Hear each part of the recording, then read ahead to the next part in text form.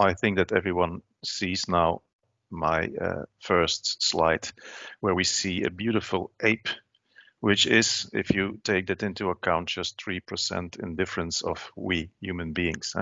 So thank you for inviting me. I was introduced by Esmeralda, of course, and thank you for that.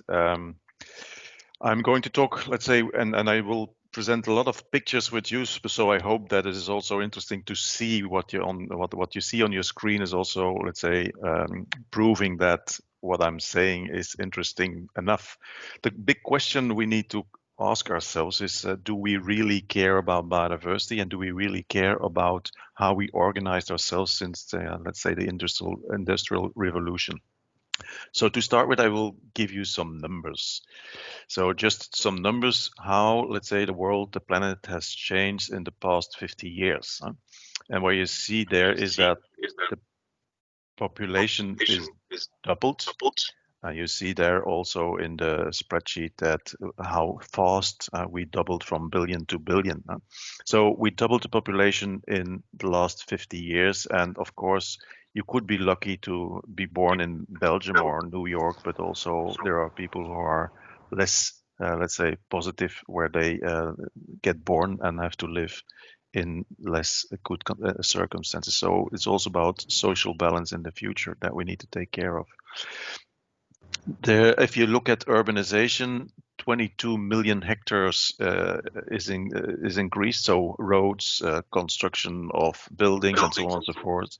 22 million hectares. And you see here a picture of New York, where you see what the urban sprawl can mean, and also they need a little bit of green area as well. And I have to tell you, if you look at the green part and in your apartment, you have to pay a hell of a lot more if you want to buy or hire there an apartment.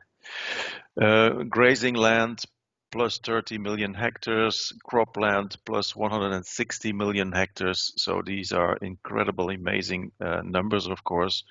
If you look at the wilderness globally, it is 25% degraded or decreased in the past 50 years, but you see there 37, the remaining wilderness was 66%, and now it is 35%. This is how we organize ourselves over the past 50 years, and maybe even longer, where we have also these greenhouses in the south of Europe to grow tomatoes. This is how we think. Not a lot of people know that because we see the cattle still in the meadows, but this is a picture of Brazil, where they grow meat on this way. This is how we eat, and a lot of people in the world eat their meat, and this is of course not what we want to what we want to have, and it's not sustainable at all. So some numbers more: the flights plus 561%, 561%, meat production 65% extra, and of course the plastic soup, everybody knows that, is 447% increased. Of course, I don't have to tell you that, because climate change and biodiversity is much connected, two sides of the same coin. Extreme weather is also increased by 44% just in the past 50 years. Here, the CO2 emissions in 50 years, we increased that with 21% per person, in total 47%. And you have to know that 10% of the humans are of this 10% is responsible for 50% of the emissions. Go very fast on that. Tourism, because a lot of wildlife places and national parks depend on wildlife. If you look at this globally, the tourism sector is, of course, a really interesting sector to take into account, also in nature conservation. But don't get me, or don't misunderstand also the impact tourism has on the environment. So it's there, the direction of sustainable tourism, or otherwise it will not be called tourism anymore in the future, I think. So our ecological footprint, we have to take care of that. We have to mind what is going on. So to have a glance on the world, it's very important, I think, to see what is happening globally, what I have done with numbers until now. it's good. So we need to, really take that into account to see what we are doing. And we are kicking the can down the road. We are not, let's say, fulfilling the duties we should undertake to make our planet sustainable and biodiverse again, I think. Because what we see, of course, through the growing population, which is still going on, the needs for water, energy, and food in the next 10 years, sorry, will increase a lot. So we have to really be aware of what will happen, and we have to check and try to recover new ideas to make this happen, because we want to give everyone a good and a quality and a balanced life, of course. A picture of Beijing in 2015 when I was in China, where it looks on the screen, on the picture, you see how the sky should look like and what the reality was. So it's an upside down world. This is 2015. This is what is happening. The smog is everywhere in the big million cities.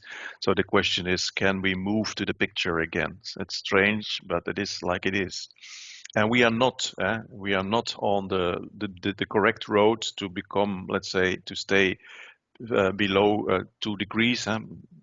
Hopefully, we would like to stabilize about 1.5 degrees in climate change, but we are now in the running to go to 4 and even a little bit more as 4 degrees. So we are not fulfilling our duties. So we have to find a way to switch off carbon dioxide, and we have to do it for the half of it in the next decade. Okay, what about biodiversity? Biodiversity is everything. It is about house sparrows or wood mice, or even the peacock. So nature biodiversity is the big ones, the small ones, plants or eagle owls, whatever you like. It is about that. It's about big reserves. These are the houses of wildlife. So the question is are these the only houses for wildlife? I will come back to that. This is where the cradles of nature are, but I think nature starts at your flowering pot, at your back door, of course. Luckily, we see across the world some very, very, very beautiful nature spots, also sometimes hotspots for biodiversity, which is so interesting. But we have to keep in mind that everything is connected, that what we see and also what is invisible. So it's also good for us and those who are working with raising awareness. We have to make the invisible visible again. So very beautiful like heathlands, but also you have in your part of the country with kingfishers and nightjars. We have so beautiful animals. I just looked yesterday evening on the Eifel National Park, where there are over 10,000 species now seen. And so what we know is that nature conservation in most of the cases works, which is, I think, give evidence that investing in wildlife is also investing in the future. That's the good thing. So, and of course, we do more and more research on wolves, on red deer, and so we know a lot, and that's good. And we bring them now into the society as small tools for the future. There are also new species on the brink to come over here, on now crossing from Germany to our country with the golden jackal, who is seen more and more. Not in Belgium yet, as far as I know, but they are coming, and we will have them in the near future. Wolf, what we know, of course, now is that the wolf is back in Belgium and comes from the east and also from the south, which is interesting to see that there is at least some space for them to eat and to mate, which is good. And it could give, let's say, the false idea that it is going good with wildlife. And I will show you that, of course, that it is not correct. We have the lynx, of course. Lynx is seen, for we don't know before 2002, at least I don't know, but I was the one who saw the lynx in Lanay in 1999 myself, and I was running away from it because I was scared at the time from such a big animal. But at least we see also that there is some good news about the lynx in Belgium as well. But what we see, of course, that the extinction rate and the extinction of species is something that happens all the time. We have the Tyrannosaurus rex that was extinct 65 million years ago, and you can go further with the Irish elk, a big giant elk that left us 7.7 thousand years ago. We had even in Eurasia a cave lion, but it was extinct in about 2,000 years ago. More recently, we had a dodo that was in Mauritius, killed by a Dutch sailor in 1662, and the Tasmanian tiger that's there also in 1912. Then we have, of course, the tarpon horse that recently extinct in 1970s and 70, and also the European bison, but it was captured in then survived in captivity, so it could survive. But I could go for a long list of species that are extincting or are already extinct, like the golden toad, the northern rhino, or the Pinta Island turtles in the Galapagos Isles. So we are extincting a lot of species, and the question then would be what is the extinction rate? And I will come to that in a few moments. But what we know, of course, is that the land available, the habitats available, the houses, the homes available for species are shrinking. So this is a beautiful table in France where a tree frog is sitting in a glass of water, but that's not a habitat of a tree frog, of course. And this is also a picture that what of course, nature researchers a lot of times see nowadays at the marine biodiversity, like this albatross, where they are filled up with plastics. They think they are seeking and finding food, but it makes them exploding their stomachs. And also inside the fish, we see more and more plastics occurring. And of course, when all these animals which we eat for a part, we will have plastics as well in our stomachs and makes us sick at a later stadium. Pictures like that are now often in the press.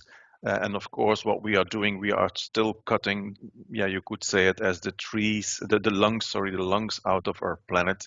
So we have a problem, I think. And what we don't know, we know, and hopefully you know, because I think this is a convinced audience already, that with let's say, the logging of the trees, we not only log the wood, but also the species who are living in and on it. Yeah, and then we see some, let's say, species who are coming very closely to people, like here in Berlin, where the wild boars are coming over to the city center. 6,000 wild boars are already living in the center of, not in the center, but in the city of Berlin. Yeah, what we saw near the marine, let's say near the coastlines, we saw, let's say, approximately 100 years ago, everywhere we could find seals, where there was the habitat for that. But there is a new species that came and took the place of the seals. The question is, where are the seals gone to? And we see another, let's say, interesting topic, and that's how the tropical diseases, which are also life forms, are spreading now. The planet, like the West Nile virus, the Chagas disease, or dengue fever. Yeah, they are very successful at the moment, and that's of course due to the global warming and climate change. But you see, there are always species, life forms that make advantage of certain situations. It's like this, and it was like that all the time. And of course, what we see now, that the closer we come and the deeper we go into the jungle, into wildlife, the more problems we occur. So we know about COVID, that it is occurred on a wet market in China. And the bat is, let's say, we think that the bat is a very dangerous animal at the moment, but also often we as human beings are the vector, are the transmitter from viruses to animals as well. So the deeper we enter wildlife, the more we are affected by the good, but also about the bad. Let's say things like now we are living in this COVID period. And sometimes we see it not because a virus is invisible for our sight.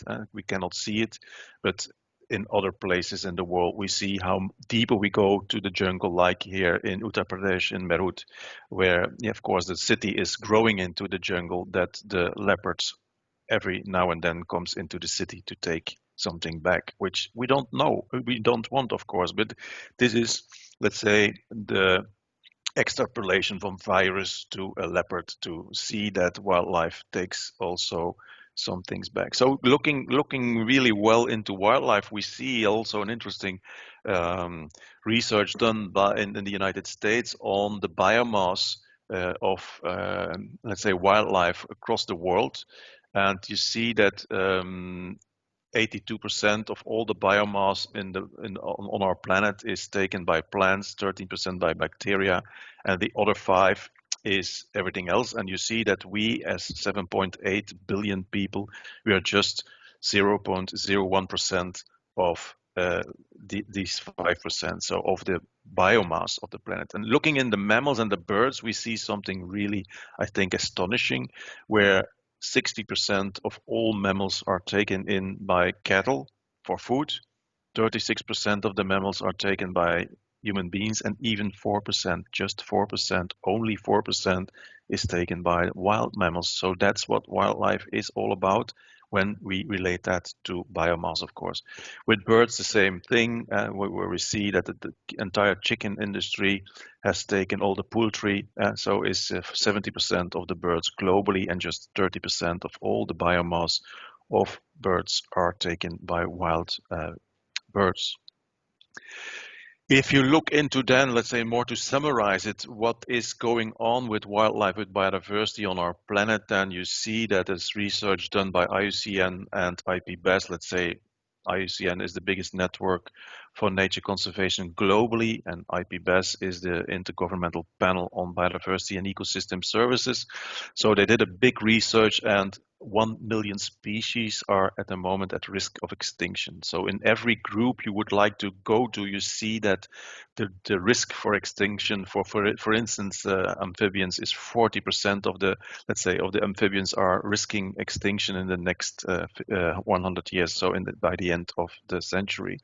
And you can see for yourself what is going on. So it's really a difficult and a harsh period where we're in, and the question will be, can we turn the tide to a next level?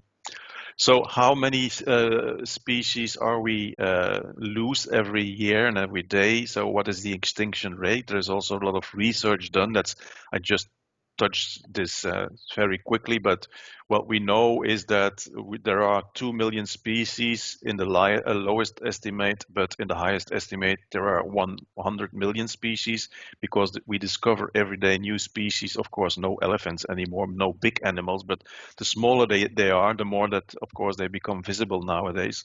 So there are lots and lots, a lot of species, but we know what the extinction rate is on average, between 0.01 and 0.1%, and then you see that we extinct every year and every day, if I just 1.5 to 5 species a day, to, in the high estimate, to 274 species a day.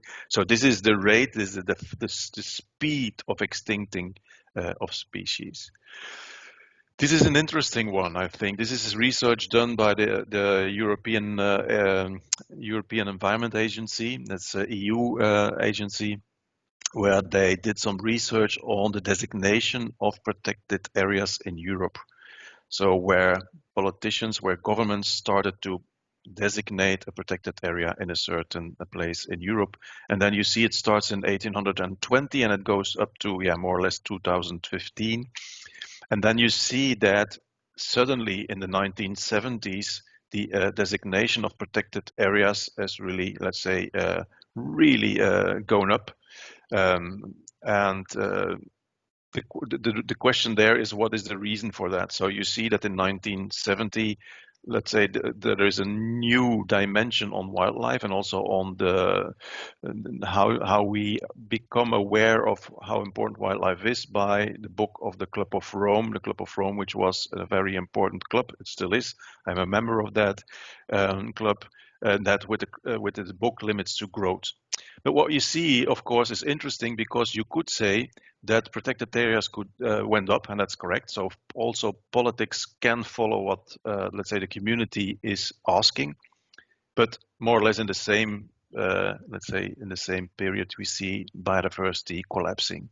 The question is then, how come that if you protect more and more protected areas, biodiversity is still collapsing?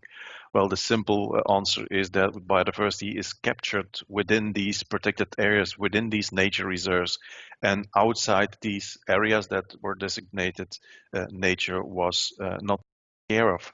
So that's why we have to rediscover, reconnect wildlife with each other. So the other thing, and that's an important message as well for you as young people in this group, that biodiversity is more as the birds and the bees. Huh?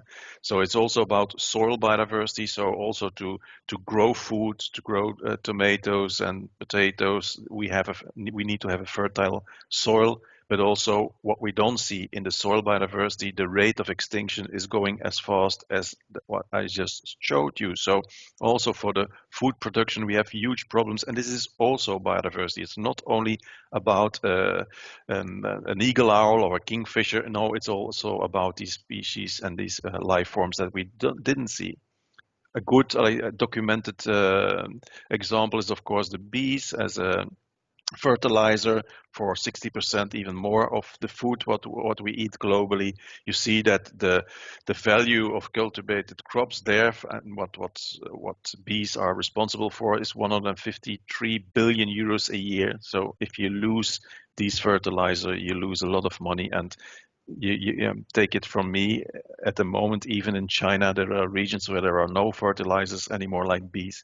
So people have to climb trees themselves and fertilize them with little bursts that they have to do. So it's difficult there. Also related to health, it is a huge story that, and what we know, of course, that having and living close to nature is also healthy for your own health.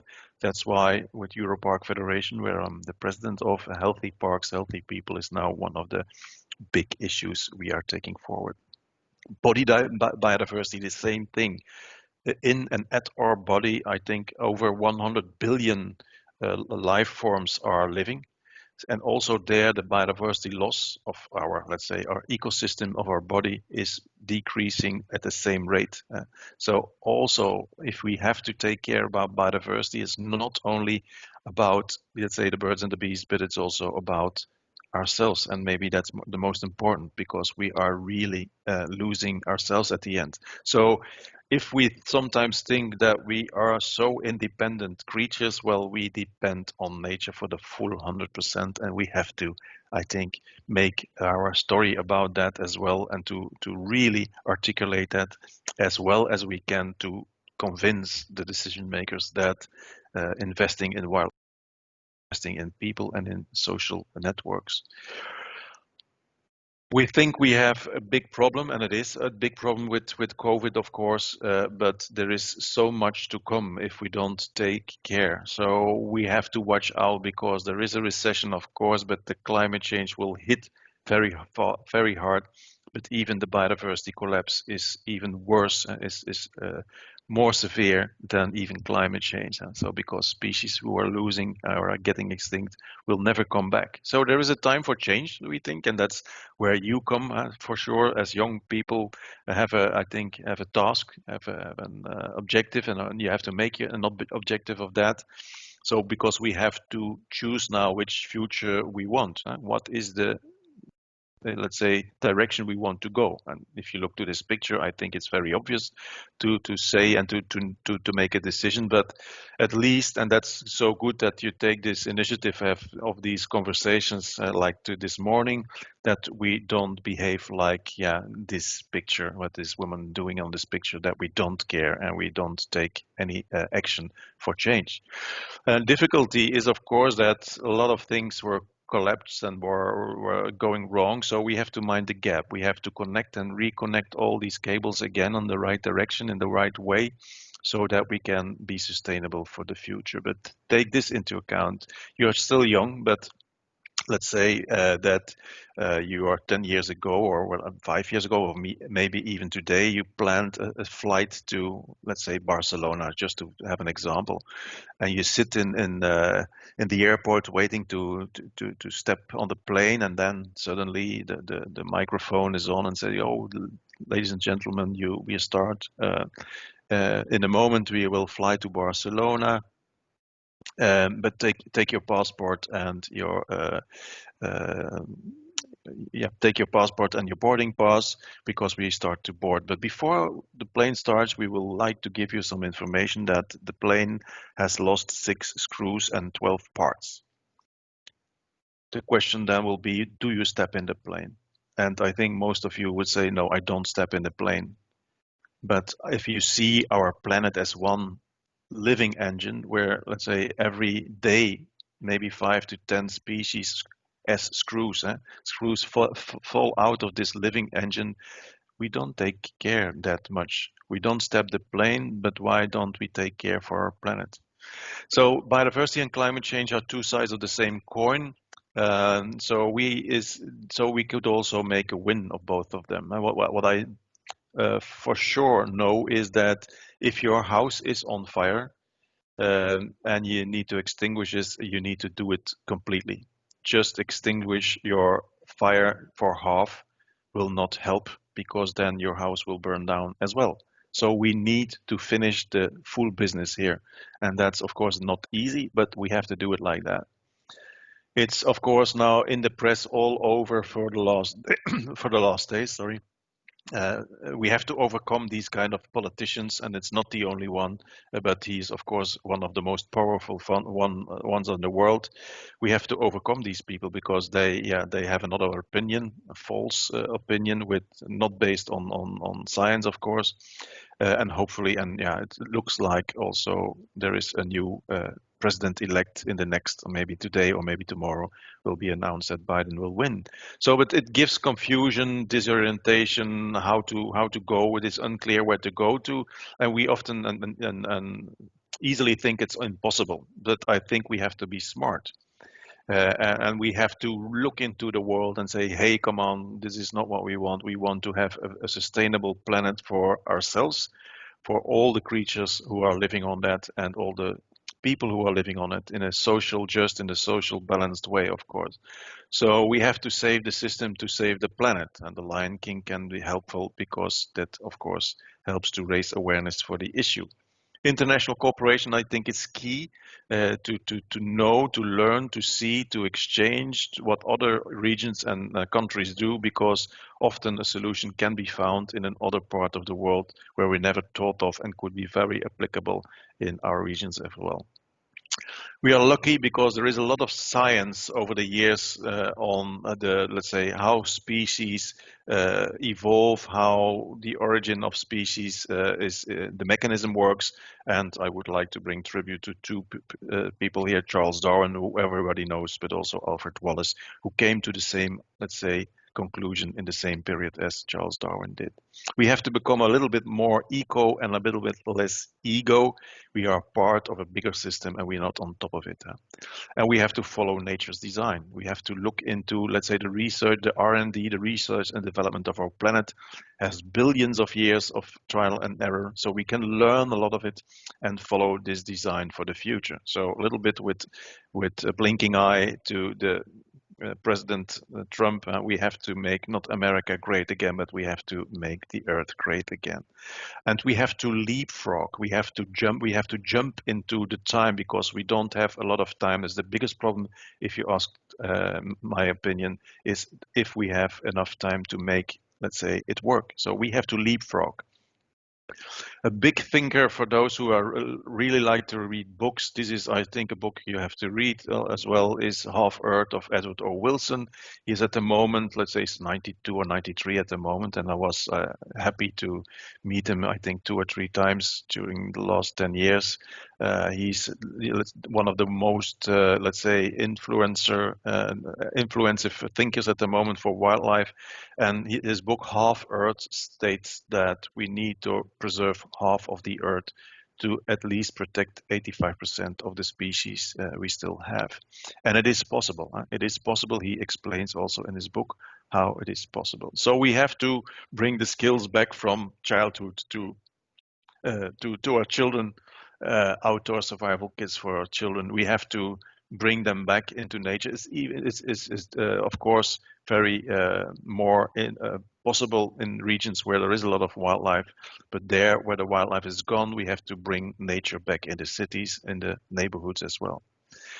I was just before the presentation started, I was stating that I think that wildlife is feminine, is female, that there are often leading ladies who are running the world without knowing often. But I go back to here to Severin Suzuki, who is now an environmental activist in Canada, who was in 1992 asking the world leaders at the world uh, in say in Rio de Janeiro at the Earth Summit, he was saying, "You are not what you say, you are what you do. So words are not enough. You have to do something," which is so important. And now, of course, we have Greta Thunberg, who is really again making a statement that is followed now by so many young people, but also older people who would really follow her example to change. And again, it is a young lady, a young girl who makes those, well, they think often old people with ties that they think how to run. So it's about a shaman. It's about Jane Goodall, who I'm organizing an event with her next week.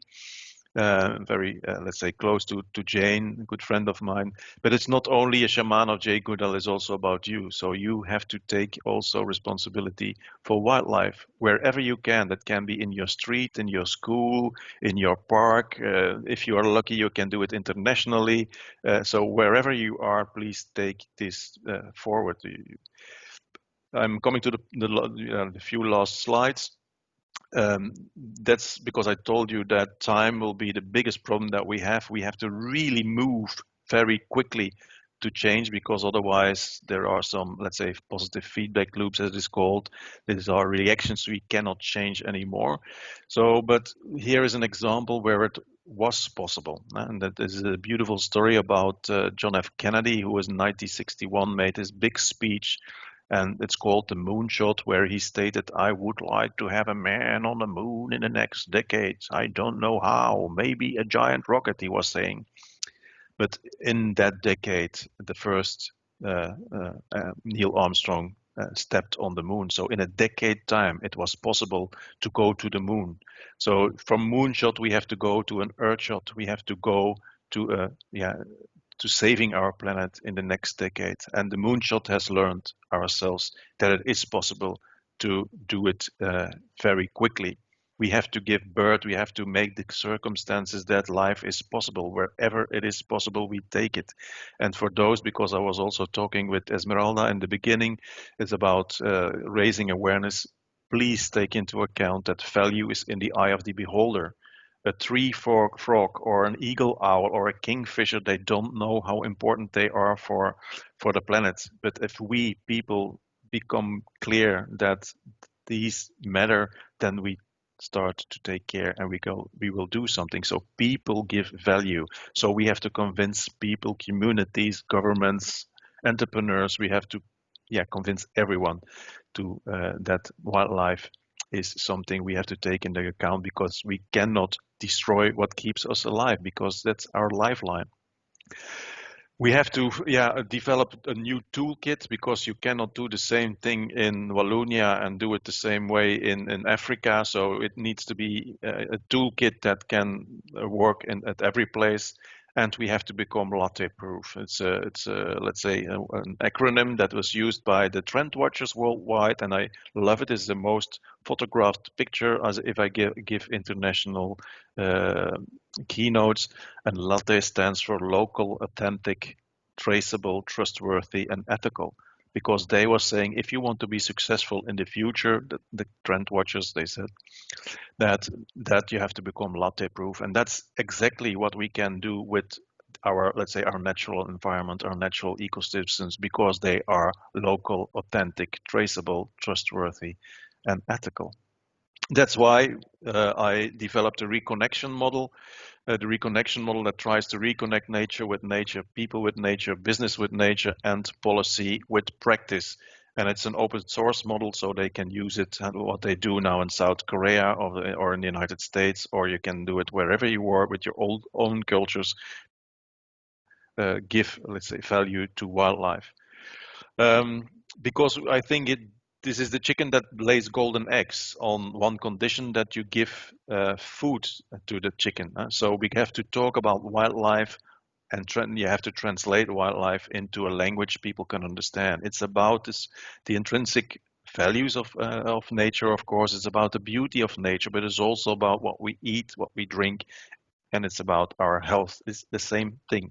We have to give, of course, all the messages to our children from really childhood of. We have to bring them into relation with nature. And of course, you see over the generations, it is possible to make this big shift. We have to think completely different about our natural environment. It's our home, it's our working place, it's our history, it's our source of life. It's what they called in a word that is known in our jargon as ecosystem services. But again, we have to translate that into something that people can understand, and really then understand what the value is of these beautiful areas like here, the Haute-Fagne or the Eifel or whatever. Also my region in the Limburg region in Belgium, where we now have also the big five. Not only the Americans have them, the people from Africa have them. We have our big five as well, and you have them in Wallonia, of course. So we can promote them. We have to really think completely different about how we design our cities and our communities in the near future. We have to do it completely different, and that's the interesting part, I think, for young people, because everything has to be done differently and sustainably. And that's where you have, I think, a big task ahead of you. You can make it change for the good of the people and for the good of all the creatures living on it. We see beautiful examples like here, London National Park City, which is a big city. Everybody knows London, where now they have, let's say, incorporated so many partners to make a big plan and to make a national park city. So nature is a big, big priority within the development of London now, which is interesting. Of course, if you measure, you know a lot. What we found out in Europe, but also in my park, we see, and it's just in Dutch, sorry for that, I didn't translate that, I took the wrong slide here, but that investing on the natural heritage is also bringing some positive effects on the social cohesion and the inclusive community, and it brings economy and jobs to the region as well, and sustainability.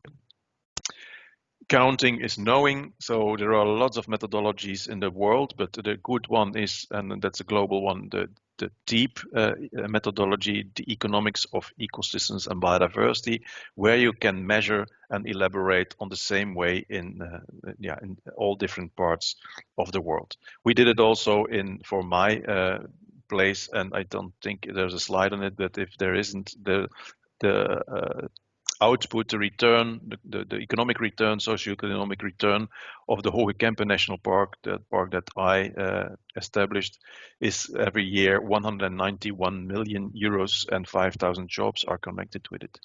To make the business case, just to give you a flavor, and then I'm done, you see some research done by Cambridge University in 2015 about what are people bringing as added value economically to, let's say, the regions where national parks and protected areas are. You see there is $600 billion a year, and 8 billion visits are taking place every year in protected areas. So you see there is also a big business case to make, and if we really do it right and we do it sustainably, the money stays locally, so it's good for the local communities as well. So thinking ahead, that's what we do in the Hoge Kempen National Park, so the only national park in Belgium at the moment. We have now made a master plan for the next 20 years with 3 big centers, twice as big, twice as beautiful, and twice as strong. We are very densely populated, but we will double the surface in the next years, and also let's say decision makers are agreeing with that.